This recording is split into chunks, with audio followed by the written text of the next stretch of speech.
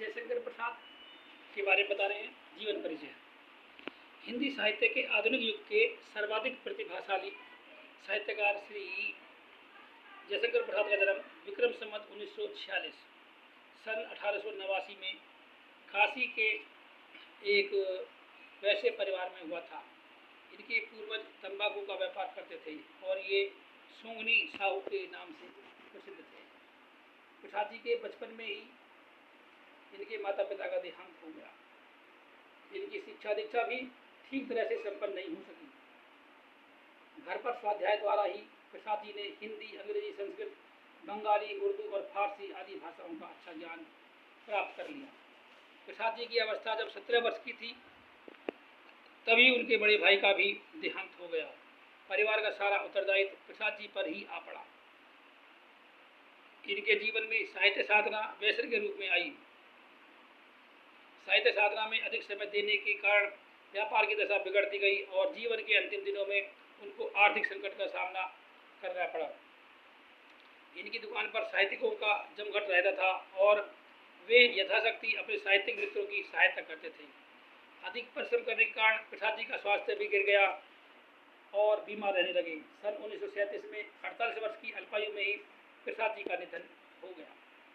रचनाएं इनकी हैं कविता, नाटक, कहानी, उपन्यास तथा निबंध आदि साहित्य की प्रमुख विधाएं प्रसाद जी की लेखनी स्पर्श से कंचन बन गए। सभी विधाओं में प्रसाद जी ने उत्कृष्ट कोटि के साहित्य का सृजन किया।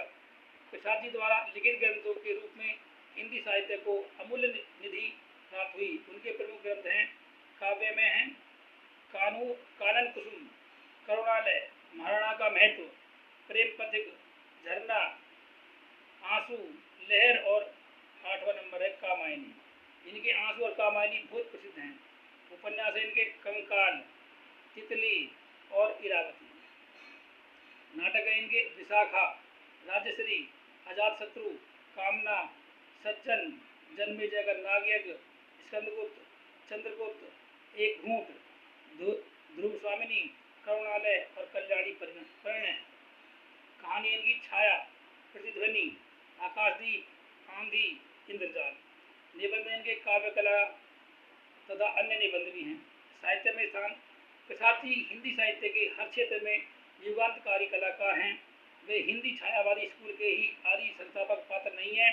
वे नाटक, कहानी, उपन्यास एवं काव्य के विकास में प्रवाह की सरलतम तरंग हैं। उन्होंने अपनी बहुमुखी अप्रतिम प्रतिभा से हिंदी साहित्य में एक नूतन अभ्युत्थान के युग का आरंभ किया। उनकी कामायनी तो विश्व साहित्य की अमूल्य धरोहर है। प्रसाद जी महान मानवतावादी महाकवि थे। सदियों तक साहित्य नहीं यह समझ सकेगा तुम मानव थे या मानवता के महाकाव्य थे, ये इनका लास्ट का हुआ है। अब हम जीवन परिचय कर रहे हैं। बालकृष्ण शर्मा नवीन। जीवन परिचय। पंडित बालकृष्ण शर्मा नवीन का जन्म 8 दिसंबर सन 1897 में शाजापुर जिले के मयाना नामक गांव में हुआ था। इनके पिता पंडित जमुना प्रसाद शर्मा वैष्णव संप्रदाय के कर्मकांडी ब्राह्मण थे। 10 वर्ष की अवस्था में बालकृष्ण ने पढ़ना शुरू किया। शाजापुर से मिडिल उत्तीर्ण करने के बाद ये हाई स्कूल हेतु उज्जैन चले गए। मैट्रिक के बाद गणेश शंकर विद्यार्थी के पास कानपुर चले गए। सन 1920 में कॉलेज छोड़कर ये श्री विद्यार्थी के साथ असहयोग आंदोलन में जुड़ गए। उन्होंने राष्ट्रीय आंदोलन के संदर्भ में अपने अनेक बार जेल गए।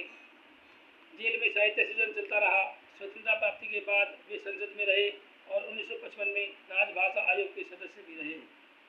राजनीति के साथ साथ नवीन जी की साहित्य साधना भी बराबर गतिशील रही। वे प्रताप और प्रभा के संपादक भी रहे। 29 अप्रैल 1960 को दिल्ली में नवीन जी का निधन हो गया। रचना इनकी महाकाव्य है उर्मिला, खंडकाव्य है प्राण अर्पण, कविता संग्रह इनकी कुमकुम, प्रवासी, रश्मिरेख, अपलक, विनोबा स्तवन, हम विस्पाई जन्म के। साहित्य में स्थान नवीन जी ने राष्ट्रीय और सांस्कृतिक चेतना का विद्रोहात्मक एवं क्रांतिकारी स्वर का प्रणय तथा मस्ती का सर्वथा नवीन ढंग से सृजन किया है। मैथिली गुप्त, माखनलाल चतुर्वेदी, दिनकर को राष्ट्रीय कविताओं के संदर्भ में जहाँ उपस्थित किया जाएगा वहाँ नवीन जी अवश्य होंगे। राष्ट्रीय चेतना का शंखनाद करने वाले साहित्यकारों में इनका आदरणीय स्थान सदैव बना रहेगा। ये था बालकृष्ण शर्मा का जीवन परिचय। अब तीसरा जीवन परिचय है सूर्यकांत त्रिपाठी निराला।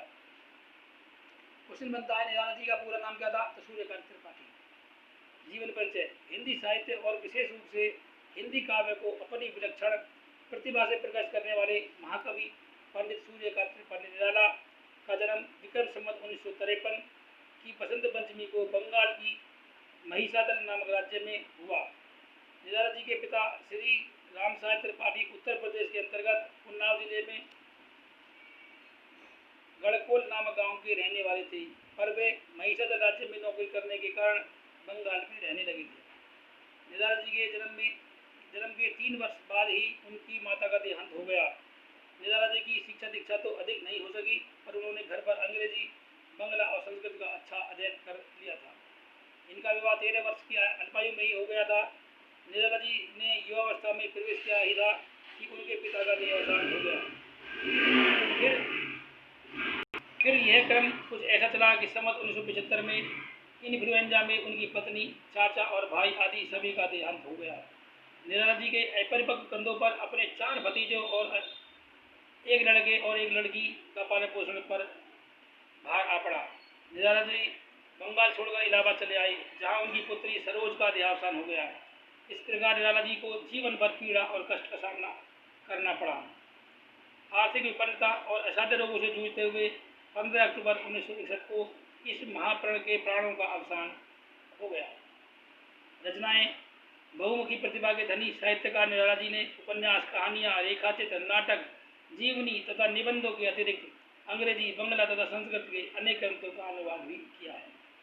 काव्य हैं इनके परिमल, गीतिका, तुलसीदास, अनामिका, कुकुरमुत्ता, अणिमा, बेला, अर्चना, आराधना, गीता कुंज, नए पत्ते, ऐपरा।